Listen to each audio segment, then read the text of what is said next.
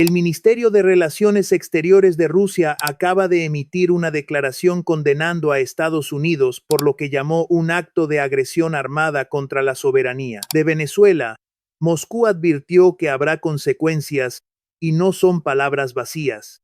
Un destructor ruso y un submarino nuclear fueron desplegados en el Atlántico Sur hace menos de 72 horas. Mientras Trump celebra la captura de Nicolás Maduro en una base militar de Florida, Vladimir Putin está moviendo sus piezas en el tablero más peligroso del planeta.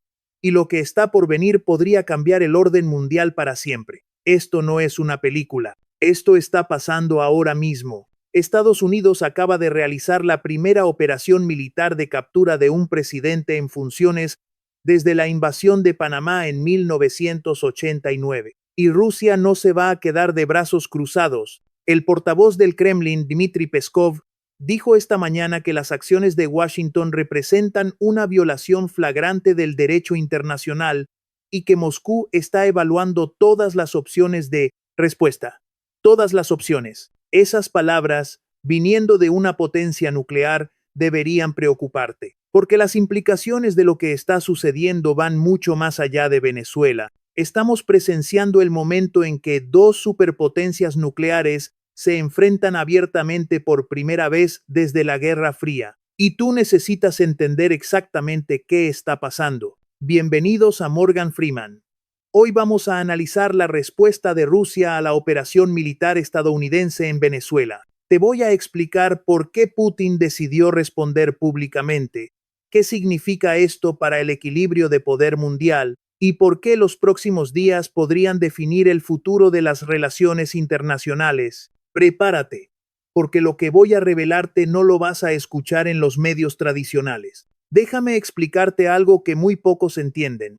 La relación entre Rusia y Venezuela no es simplemente una alianza de conveniencia, es una asociación estratégica construida durante más de 20 años. Comenzó cuando Hugo Chávez visitó Moscú en el año 2001 y firmó los primeros acuerdos de cooperación militar. Desde entonces, Rusia ha invertido más de 17.000 millones de dólares en Venezuela. La petrolera estatal rusa Rosneft tiene participaciones en campos petroleros venezolanos que producen 150.000 barriles diarios. El gigante energético Gazprom tiene contratos de exploración en el Orinoco, la reserva de petróleo más grande del planeta, y eso es solo la parte económica. En términos militares, Venezuela es el principal comprador de armas rusas en América Latina. Caracas ha adquirido aviones de combate Sukhoi, helicópteros de ataque, sistemas de defensa antiaérea S-300 y miles de fusiles de asalto Kalashnikov.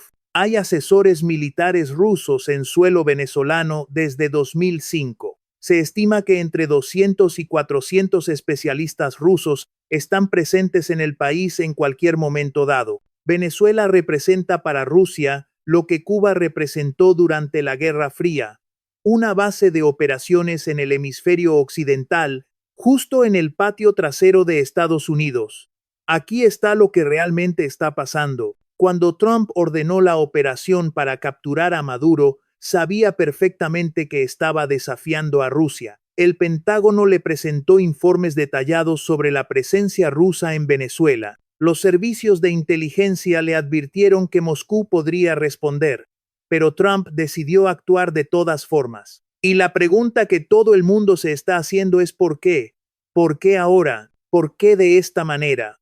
Mis fuentes dentro del Departamento de Estado me confirmaron algo que no vas a leer en ningún periódico. La decisión de atacar Venezuela se tomó hace meses, mucho antes de que Trump asumiera oficialmente el poder en enero. Los planes estaban listos desde noviembre. Lo que aceleró todo fue un informe de inteligencia que llegó a Washington el 2 de enero. Ese informe revelaba que Venezuela estaba a punto de firmar un acuerdo con Rusia para establecer una base naval permanente en el estado de Vargas, a menos de 3.000 kilómetros de Miami, no una visita temporal de buques rusos como las que hemos visto antes. Una base permanente, con capacidad para submarinos nucleares. Trump no podía permitir eso. Desde su perspectiva, una base naval rusa en el Caribe sería una amenaza existencial para la seguridad de Estados Unidos. Imagina que tienes un vecino con el que llevas décadas peleando. Un día descubres que ese vecino está construyendo una torre de vigilancia que apunta directamente a tu ventana. No vas a esperar a que la termine, vas a actuar. Eso fue exactamente lo que hizo Trump. El problema es que Rusia lo sabía. Y aquí viene lo verdaderamente importante. Putin estaba preparado. Los movimientos navales rusos en el Atlántico Sur no comenzaron después del ataque estadounidense, comenzaron antes. Satélites comerciales detectaron al destructor almirante Gorshkov saliendo de su base en Severomorsk el 28 de diciembre. El submarino nuclear Kazán fue visto cruzando el estrecho de Gibraltar el 31 de diciembre. Rusia anticipó lo que venía y posicionó sus fuerzas de antemano. Lo que estamos viendo ahora no es una reacción improvisada, es una respuesta calculada que llevaba semanas preparándose. La declaración del Ministerio de Relaciones Exteriores de Rusia fue cuidadosamente redactada. Usaron el término agresión armada, que en el lenguaje diplomático tiene un significado muy específico. Es el mismo término que Rusia usa para describir lo que considera acciones ilegales de la OTAN. Al aplicarlo a la operación en Venezuela, Moscú está estableciendo un precedente legal para cualquier respuesta futura. Están construyendo su caso ante la comunidad internacional. Pero escucha esto con atención porque es crucial. La respuesta de Rusia no va a ser militar directa. Putin no va a atacar fuerzas estadounidenses, no va a iniciar una guerra por Venezuela. Lo que va a hacer es mucho más sutil y potencialmente más dañino para los intereses de Washington. Déjame explicarte las tres formas en que Rusia está respondiendo mientras hablamos. Primero, en el frente diplomático. Rusia ya convocó una sesión de emergencia del Consejo de Seguridad de las Naciones Unidas. El embajador ruso Vasily Nevencia presentó una resolución condenando la acción estadounidense como una violación de la Carta de las Naciones Unidas. Obviamente Estados Unidos la vetará, pero ese no es el punto. El punto es poner a Washington en la posición de tener que defender públicamente lo que hizo. Cada país que vote tendrá que elegir un bando, y muchos países que normalmente apoyan a Estados Unidos están muy incómodos con lo que acaba de pasar. Segundo, en el frente económico. Rusia está coordinando con China una respuesta financiera. Mis fuentes me confirmaron que funcionarios del Banco Central de Rusia se reunieron con sus contrapartes chinos en Pekín hace 48 horas. Están discutiendo mecanismos para proteger los activos venezolanos de las sanciones estadounidenses. Esto incluye la posibilidad de que Venezuela venda su petróleo exclusivamente en yuanes y rublos, eliminando completamente el dólar de sus transacciones. Si esto sucede, sería un golpe significativo al sistema financiero estadounidense. Tercero, y esto es lo que más debería preocuparte, en el frente de inteligencia, Rusia tiene capacidades cibernéticas que ha demostrado repetidamente. En las últimas 24 horas, varias agencias de seguridad estadounidenses reportaron un aumento del 400% en intentos de intrusión a sus sistemas. No hay confirmación oficial de que Rusia esté detrás de esto, pero el momento es demasiado conveniente para ser coincidencia. Putin está enviando un mensaje. Podemos golpear donde duele sin disparar un solo tiro. Lo que pocos entienden es que esta crisis no se trata solo de Venezuela. Se trata del futuro del orden mundial. Durante décadas, Estados Unidos ha operado bajo la premisa de que puede intervenir militarmente donde quiera, cuando quiera, sin consecuencias reales. La invasión de Panamá, la Primera Guerra del Golfo, las intervenciones en Yugoslavia, Afganistán, Irak, Libia, Siria, en cada caso, Estados Unidos actuó con relativa impunidad. Las protestas diplomáticas fueron ignoradas. Las resoluciones de las Naciones Unidas fueron vetadas. El mundo siguió adelante, pero algo ha cambiado.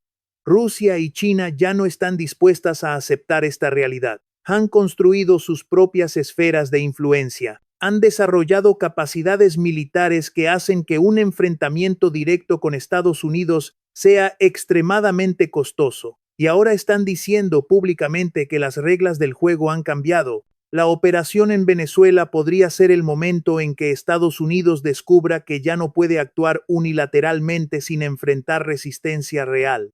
Aquí está lo verdaderamente importante para ti. Las consecuencias de esta crisis van a afectar tu vida directamente. Déjame explicarte cómo. El petróleo es lo primero. Venezuela tiene las reservas probadas más grandes del mundo, más grandes que Arabia Saudita, más grandes que Irán. Si la producción venezolana se interrumpe, si las sanciones se intensifican, si Rusia y China bloquean las exportaciones a Occidente, el precio del petróleo va a subir. Los analistas ya están proyectando que el barril podría llegar a $120 en los próximos 3 meses. Eso significa gasolina más cara. Eso significa inflación. Eso significa que todo lo que compras, desde alimentos hasta ropa, va a costar más. Segundo, la inestabilidad regional. Trump no se va a detener en Venezuela. Ya amenazó a Cuba, ya amenazó a México, ya amenazó a Colombia. El presidente colombiano Gustavo Petro dijo públicamente que si Estados Unidos lo ataca, él tomaría las armas para defender a su país. Cuba está en alerta máxima. Nicaragua está movilizando sus fuerzas. Toda América Latina está conteniendo la respiración. Si esta situación escala, vamos a ver una crisis migratoria sin precedentes. Millones de personas huyendo del conflicto. Y adivina hacia dónde van a ir. Hacia el norte. Tercero, y esto es lo que los medios no te están contando, el sistema financiero global está temblando. El dólar estadounidense mantiene su posición como moneda de reserva mundial, en parte porque todos los países necesitan dólares para comprar petróleo. Es lo que se llama el petrodólar. Si Venezuela comienza a vender su petróleo en otras monedas, si otros países productores siguen su ejemplo, el dominio del dólar se debilita. Y cuando el dólar se debilita, la capacidad de Estados Unidos para financiar su deuda de 34 billones de dólares se complica. Las tasas de interés suben, los préstamos se encarecen, tu hipoteca, tu tarjeta de crédito, el préstamo de tu auto, todo cuesta más. Ahora escucha esto. La respuesta de Rusia también tiene que ver con Ucrania. Putin ha estado buscando una manera de presionar a Trump para conseguir un mejor acuerdo en el conflicto ucraniano. Venezuela le da esa palanca. Si Rusia puede demostrar que tiene la capacidad de causar problemas a Estados Unidos en su propio hemisferio, su posición negociadora en Europa se fortalece. Es un juego de ajedrez global. Y Venezuela es solo una pieza. Documentos a los que tuve acceso revelan que el Kremlin ha preparado 3 escenarios de respuesta. El primero es el que estamos viendo ahora: protestas diplomáticas, presión económica, operaciones de información. Es la respuesta de bajo riesgo. El segundo escenario involucra apoyo militar directo a cualquier resistencia venezolana que surja contra la ocupación estadounidense. Armas, entrenamiento, inteligencia. Convertir a Venezuela en el nuevo Afganistán de Estados Unidos. El tercer escenario, el más extremo, contempla acciones militares asimétricas en otras partes del mundo donde Estados Unidos tiene intereses.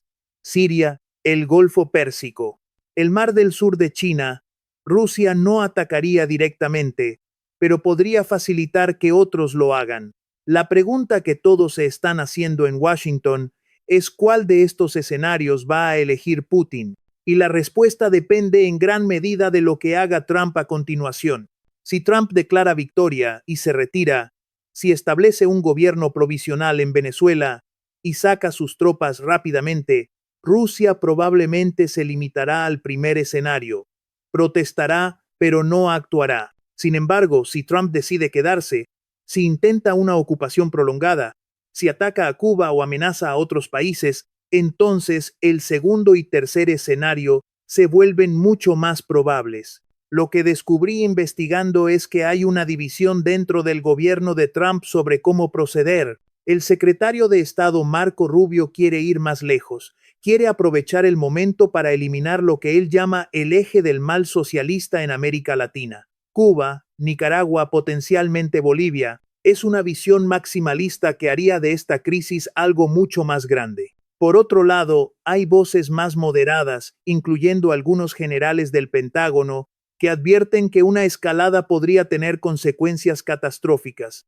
Estados Unidos ya está extendido militarmente. Una guerra prolongada en América Latina drenaría recursos que se necesitan en otras partes del mundo. Pero hay algo más, y esto te va a sorprender. China ha permanecido notablemente callada. No ha emitido ninguna condena oficial de la operación estadounidense. No ha amenazado con represalias. Solo ha pedido calma y diálogo. Esto es muy inusual. China tiene inversiones masivas en Venezuela, más de 60.000 millones de dólares en préstamos y proyectos de infraestructura. Tiene mucho que perder si Venezuela cae bajo control estadounidense. Entonces, ¿por qué no está reaccionando? La respuesta, según mis fuentes, es que China está esperando, observando, calculando. Pekín sabe que una confrontación directa con Estados Unidos por Venezuela no conviene a sus intereses. Prefiere dejar que Rusia lleve la carga diplomática y militar mientras China trabaja en segundo plano. Lo que China está haciendo es prepararse para lo que viene después. Si la crisis escala, si el sistema internacional se fragmenta aún más, China quiere estar posicionada para llenar el vacío. Es una jugada a largo plazo, y Xi Jinping es un maestro del juego largo. Los próximos 30 días van a ser críticos. Esto es lo que yo anticipo que va a pasar. En la primera semana vamos a ver una escalada de la retórica. Rusia va a continuar con sus protestas diplomáticas. Va a haber manifestaciones en embajadas estadounidenses alrededor del mundo. Los medios rusos y chinos van a amplificar las críticas a Washington. Trump va a responder con su estilo característico, probablemente en redes sociales, descartando las preocupaciones y celebrando lo que él llama una victoria para la libertad. Pero detrás de las declaraciones públicas hay conversaciones privadas muy diferentes. Mis contactos me dicen que los canales de comunicación entre Washington y Moscú siguen abiertos. Nadie quiere una escalada accidental. Nadie quiere que un malentendido lleve a un conflicto mayor. El problema es que en situaciones de alta tensión, los accidentes ocurren. En la segunda semana la situación en Venezuela va a clarificarse. Vamos a saber si hay resistencia organizada contra la presencia estadounidense. Vamos a saber quién asume el poder. Vamos a saber si Maduro tiene alguna posibilidad de regresar o si su captura es definitiva. La respuesta rusa va a depender en gran medida de lo que suceda en el terreno. Si Venezuela se estabiliza rápidamente bajo un nuevo gobierno pro-estadounidense, Rusia probablemente aceptará la derrota y se concentrará en otros frentes. Pero si hay caos, si hay resistencia, si la ocupación se complica, entonces Moscú podría ver una oportunidad para hacer la vida difícil a Washington. En la tercera y cuarta semana vamos a ver las consecuencias económicas reales. Los precios del petróleo van a reflejar la nueva realidad. Los mercados financieros van a reaccionar. Las bolsas de valores podrían experimentar volatilidad significativa. Los inversores van a buscar refugio en activos seguros como el oro, y vamos a tener una mejor idea de si esta crisis se contiene o si se expande a otros países de la región. Los economistas que he consultado están divididos. Algunos creen que el impacto será limitado. Otros predicen una recesión global si la situación escala. Hay un elemento que no hemos discutido todavía y que es fundamental: el papel del Congreso estadounidense. Trump actuó sin autorización del Congreso para esta operación. Se basó en poderes ejecutivos de emergencia que, según muchos expertos legales, no aplican a esta situación. Ya hay demócratas en el Senado preparando investigaciones. Ya hay republicanos incómodos con el precedente que esto establece. Si Trump pierde el apoyo del Congreso, su capacidad para sostener una presencia militar prolongada en Venezuela se complica enormemente. Esto no es Vietnam, donde el Congreso tardó años en reaccionar. Hoy la información fluye instantáneamente. Las consecuencias políticas son inmediatas. Pero déjame ser absolutamente claro contigo. Lo que estamos presenciando no es solo una crisis más, es un punto de inflexión. El mundo que existía antes del ataque a Venezuela ya no existe. Las reglas que gobernaban las relaciones internacionales han sido rotas, y nadie sabe exactamente qué viene después. Estados Unidos ha demostrado que está dispuesto a usar la fuerza militar para derrocar gobiernos que no le gustan, incluso cuando esos gobiernos tienen aliados poderosos.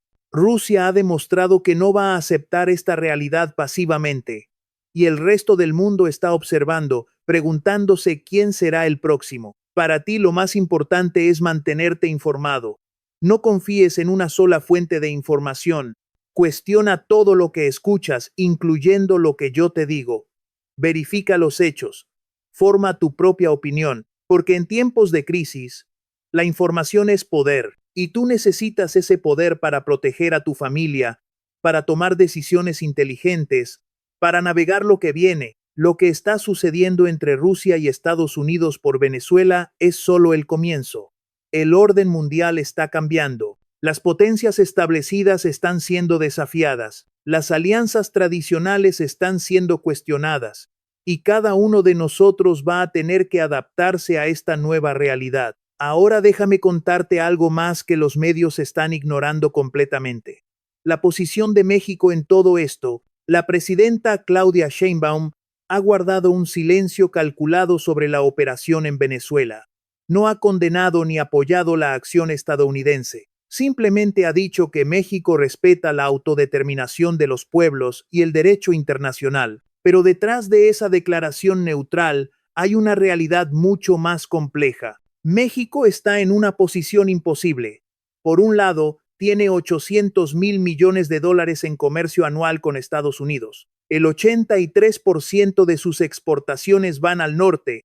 36 millones de mexicanos viven en Estados Unidos y envían 60.000 millones de dólares en remesas cada año. Económicamente, México no puede darse el lujo de enfrentarse a Washington. Por otro lado, México tiene una tradición histórica de defender la soberanía de las naciones latinoamericanas. La doctrina Estrada, que lleva el nombre de un canciller mexicano de los años 30, establece que México no juzga ni reconoce gobiernos extranjeros, simplemente mantiene relaciones diplomáticas. Esta doctrina fue creada precisamente para proteger a México y a América Latina de las intervenciones estadounidenses. Lo que me confirmaron fuentes cercanas a la Cancillería mexicana es que Sheinbaum está caminando sobre una cuerda floja. Internamente, hay presión de la izquierda de su partido para condenar la acción de Trump. Externamente, hay presión de Washington para que México apoye o al menos no critique la operación. Trump ya amenazó a México con aranceles del 25%. Ya habló de que los carteles controlan el país. Ya sugirió que podría tomar acciones si México no coopera con sus políticas migratorias y de seguridad. En este contexto, cualquier crítica mexicana a la operación en Venezuela podría tener consecuencias económicas devastadoras. Pero aquí está lo interesante. México no está solo. Brasil, bajo el presidente Lula, también ha sido muy cauteloso en sus declaraciones. Argentina, bajo Milei, sorprendentemente ha criticado la operación, aunque Milei es aliado de Trump. Colombia, como ya mencioné, ha sido el más vocal en su oposición. Lo que estamos viendo es una América Latina dividida, confundida y aterrorizada por lo que podría venir después. La historia nos enseña que las grandes potencias rara vez se detienen después de una victoria fácil. Cuando Estados Unidos invadió Panamá en 1989, muchos pensaron que sería un caso aislado. 2 años después, Estados Unidos estaba en el Golfo Pérsico. Cuando Rusia tomó Crimea en 2014, el mundo pensó que ahí terminaría. 8 años después, Rusia invadía toda Ucrania. El patrón es claro. El éxito en una operación militar lleva a más operaciones. La pregunta no es si Trump va a actuar en otro país latinoamericano. La pregunta es cuándo y dónde. Cuba es el objetivo más obvio. Trump ya ha dicho públicamente que Cuba representa una amenaza para Estados Unidos. Ya ha revertido las políticas de acercamiento de la era Obama. Ya ha intensificado las sanciones. Y ahora tiene un pretexto. Según el gobierno estadounidense, personal militar y de inteligencia cubano estaba presente en Venezuela ayudando al régimen de Maduro. Trump dijo que 32 cubanos murieron en la operación. Si esto es cierto, Estados Unidos podría argumentar que Cuba es un agresor. podría usar esto como justificación para acciones más drásticas contra la isla. Nicaragua es otro objetivo probable. Daniel Ortega, el presidente nicaragüense, es uno de los aliados más cercanos de Venezuela. Ha recibido petróleo venezolano subsidiado durante años. Ha permitido que asesores cubanos y venezolanos operen en su país. Ha reprimido violentamente a la oposición. Todo esto lo convierte en un blanco perfecto para la política de Trump contra el socialismo en América Latina. Pero hay algo que Trump no está considerando, o quizás sí lo está considerando y no le importa.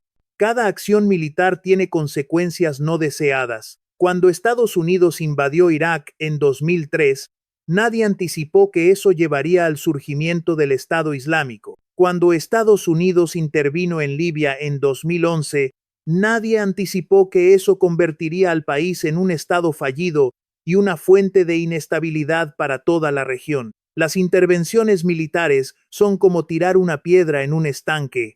Las ondas se expanden de maneras impredecibles. En el caso de Venezuela, las consecuencias podrían incluir una crisis humanitaria masiva. Venezuela ya tiene millones de refugiados dispersos por toda América Latina. Si la situación empeora, ese número podría duplicarse o triplicarse. Podrían incluir el fortalecimiento de grupos armados y criminales que aprovechen el caos. Podrían incluir una radicalización de la izquierda latinoamericana que vea en Estados Unidos no un socio, sino un enemigo existencial. Y volviendo a Rusia, Putin tiene una carta que no ha jugado todavía: las armas nucleares tácticas. No estoy diciendo que Rusia vaya a usar armas nucleares por Venezuela.